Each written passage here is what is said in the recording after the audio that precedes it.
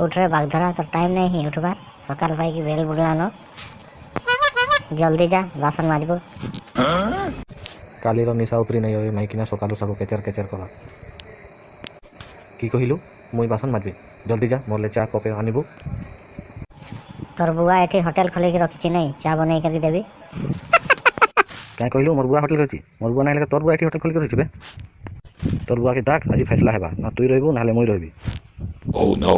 काଣା हैला जो पुओ काଣା हैला झियो मते एत शीघ्र डाकलो जे सकाले उठिकिना काम धंदा किछि नहीं और सीधा जा न हरिया दारू पीकिना आसिक सुई थान आ मोर लगे किछि नहीं आनी दियन।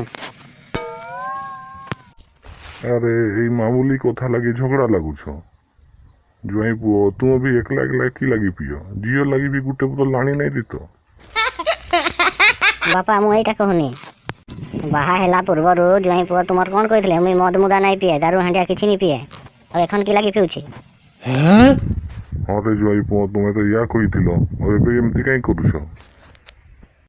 तुम्हें मते बतैथिलो तुमर जियो खून पिए सकाले उठिकी मुई बासन माजे कपड़ा धोए रोसई बास करे हेले से काଣା करबा खाली खाई पीकी सुईथिबा। तुई मते आनिबा पूर्वरु काई कहिथिलु तते किछि करिक नहीं पड़े मुई नि सब काम करबी तुई खाली आराम रे रहबो। आ बापा काली भी से मते झगड़ा करूथिले। व्हाट काई कि तमे काली झगड़ा करथुलो तुम झियो को पचारो काली कोन पे झगड़ा हैला बोली। मो सुना झियोटा कहलु काली कोन हेतिला।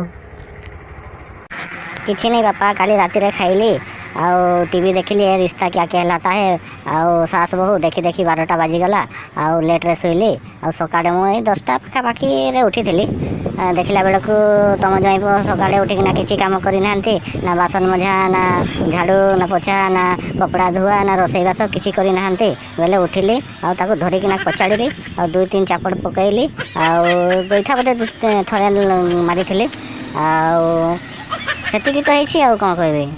no no no no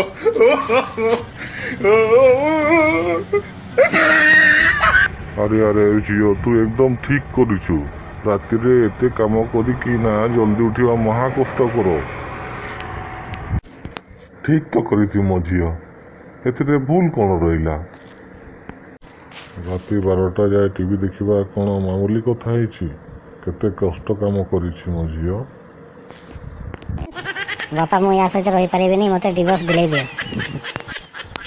ना झियो ना तू डिवोर्स नेना ताठू भी आहरी बढ़िया जिनस तके दिलेबी। तू राति 12टा जाए टीवी देखिबू सकाळे 10टारे उठिबू तापरे तो स्वामी को पिटिबू लुगा को सफा कराबू आउ भात रंधा करेबू झाड़ू पोछा करबाकू कहबू आउ तू कौन करिबू एथिपाई तू ए दुनियार 1 नंबर स्त्री तोते भल पुरस्कार मिलवा कथा एथिपाई मो प्रधानमंत्री को ठारू आवेदन करिकिना तोके राष्ट्रपति पुरस्कार दिलेबी।